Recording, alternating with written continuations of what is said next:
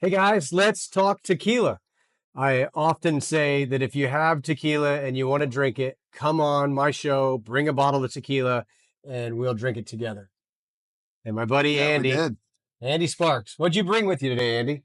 I brought one of your suggestions when I was at Total Wine, the ArteNom selection 1414. Yeah, this stuff is amazing. Do you like it? I have enjoyed it, but I'm eager to hear your review of it It's good. and let me know the details. That's what I get mixed up in. Well, there's a lot of details about this tequila. So, a guy named Jake started this brand, and he had an idea to highlight the best distilleries by utilizing their NOM number. So, the NOM number is a number that the CRT gives each distillery in Mexico, and it tells you exactly where your tequila came from. So, if you look at the bottom of your tequila bottles, you'll always see this little NOM number, and then you can Google that or put that in Tequila Matchmaker, and it'll tell you exactly who the distillery is, what processes they use to make the tequila that they make, and what brands they actually manufacture. In a lot of cases, who the master distiller is. So Jacob approached multiple distilleries to choose a Blanco, a Repo, and an Añejo, and they just came out with a special Blanco that's a little different than the original. And he went to the Vivincas, Sergio Vivinca, and the Vivinca distillery that make Viva Mexico as their house brand, and asked them to make this tequila. So they used a different process than their normal process. One of the things they did was they used a proprietary family yeast that had been created from scraping the bacteria and the microbes off the plants in the field. And then they propagated that yeast from a petri dish to a bucket to boom, right in your fermentation tank. How you know all this shit? No, I don't know. I watch videos and listen to podcasts and memorize crap.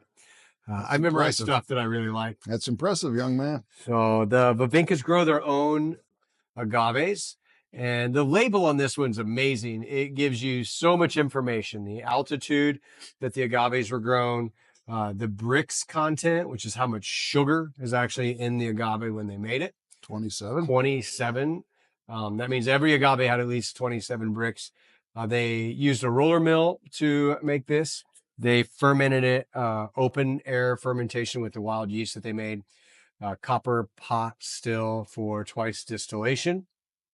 And then they rested it in barrels for 4 months. A charred barrel that they had scraped the char out and then just rested it. So when you look at it as a repo, it's pretty clear, really. It is very. So, you see some of these reposados that have like a really dark, like they've been aging forever, right? So it's got a bunch of additives in it. This stuff's all additive free, and it is an amazing tequila. Can we taste it? I think you should. Yes. Yeah. What do you smell in that one? See, this is where I get lost in the weeds of how to taste. Yeah, Properly tasted tequila. I don't know there's a proper way. I think Well, it's you've what taught you me a like. few things, but yeah. So what I smell, it doesn't have that really strong classic tequila smell It doesn't. to me. And I think that's maybe the barrel that's taken a little bit of that smell away from resting it. All right. But it does still have a little bit of that cooked agave smell, that kind of, you can faintly smell that tequila smell just a little bit. See, that's a, You don't get that one?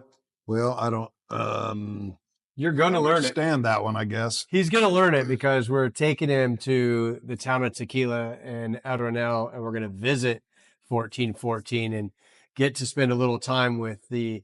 We are, right? We're going, yeah. We're going to meet the true celebrity behind tequila, Sergio Cruz. But is this his same Distillery, yeah. distillery, right? 1414. Got a really nice sweet taste to it. Definitely have that agave flavor that you get in tequila. It's not the smoke. Nope. I don't No roasted taste flavor and there's any no smoke. of that. Nope. Little citrusy. Kind of a mineral-y taste too. That's well put. You know, I've tasted some of the repos that have a distinct smoky flavor to them. Yep. And I don't care for those as much, No. but And if you think about it, there isn't any smoke in the process anymore. Mezcal, is cooked underground. Tequila is, cooked in a stone oven, which is steam, or in a high pressure or low pressure autoclave, which is steam. But sometimes there's still a smoke flavor that comes from, maybe the agave, the minerals in the ground. But also, when you think about it, it's going into a barrel. Yeah. And that barrel's been roasted. So I've kind of changed it up where I'm like, oh, that kind of tastes like it's smoky, but maybe it's more of a roasted flavor. I listened to someone today talk about tequila, and she said with reposado, she likes to eat peanuts because it'll accentuate that roasted barrel flavor with a peanut. I thought, never done that. Añejo, I like chocolate with it, and some añejos have a chocolatey flavor, but honestly, I drink Blancos neat and Repos neat more than I drink anything. I love peanuts, so I should try that. You should try that. The finish on this isn't, it doesn't have a long burn, but it has a great like peppery flavor to me. It does have a peppery flavor. And kind of spice, like an allspice or a little bit of cinnamon actually. I'll give you the cinnamon. I don't know what the allspice tastes like. How about like nutmeg?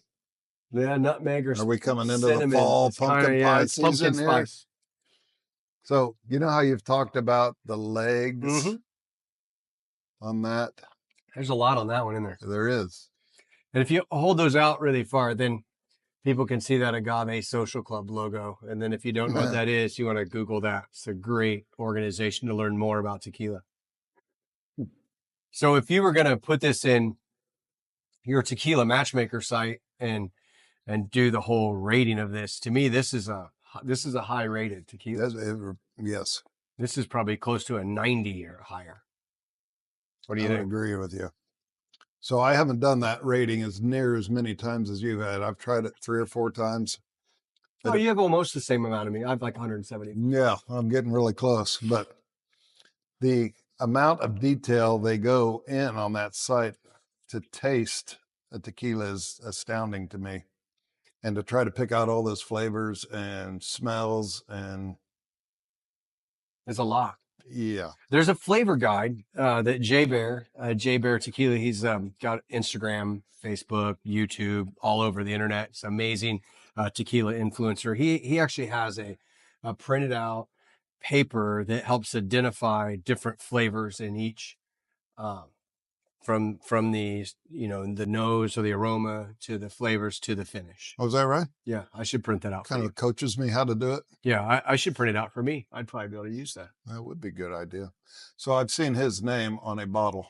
The J Bear Yayo Tropical. The Yayo. Yeah, that's the Tropical Reposado. One of my favorites. Coming from the same nom. Oh, all right. 14, made with a whole different process. I actually got to do a podcast with John, the owner, on Tuesday night, and learned a whole lot about their tequilas and a new high proof that they have coming out. The owner of what? Yayo. Oh, is that right? Look at you. And then he also has 2 Jovens coming out, which is a blend. A Joven is a blend of a Repo and a Blanco. And they have 2 different blends. And they did all of them with the Martes in mind, which is the Day of the Dead. And they have 2 amazing hand-painted boxes that go with them that one is the moon and one is the sun. And if you put the 2 boxes together, the moon and the sun all line up. The boxes are amazing. You don't have it? No, it's not out yet. It's pre-ordered. But when you think about the art that goes into the bottle, if you think about the work that goes into this label, and unlike any other spirit, this label has to be submitted to the CRT, which is the Regulatory Commission. Everything on the label has to be approved by that commission for it to go on a bottle.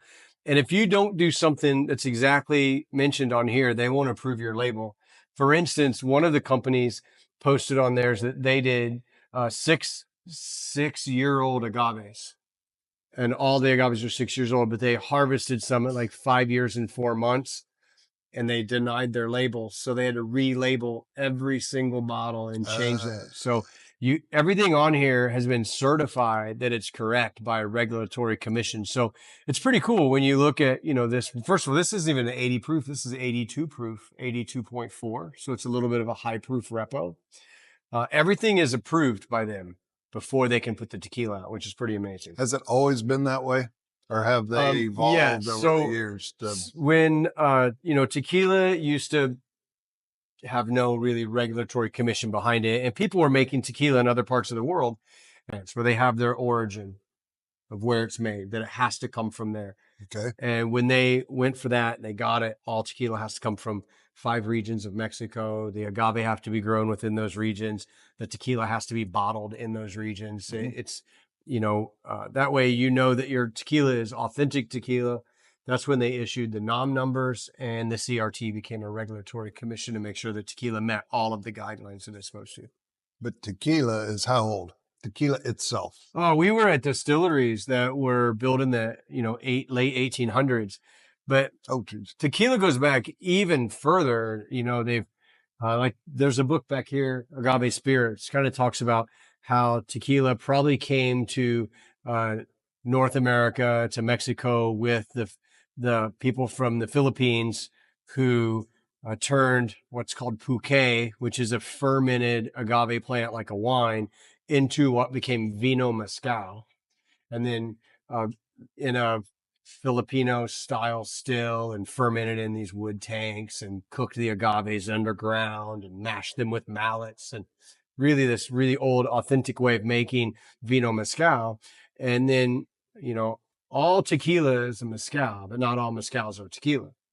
Because at a point they decided that tequila had to be made with the blue agave tequila, or the tequiliana plant. And that's what differentiates mezcals from tequila. Mezcal's made the same way. They just use different agaves. There's over 250 species of agave plant, and only one agave, 100% the agave or blue agave, can be used for tequila. I knew that, but what gives the mezcal that really smoky taste? A lot of times it's because it's still cooked in a earthen pit.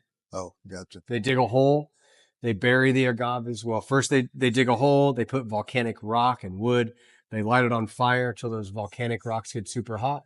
They load 2 tons of agave down in the hole, they cover it up with dirt and let it cook for 7 days. Then they pull it out and do the same process to make tequila. Not a fan. So, I like it more and more. Have you really? Yeah, I don't know.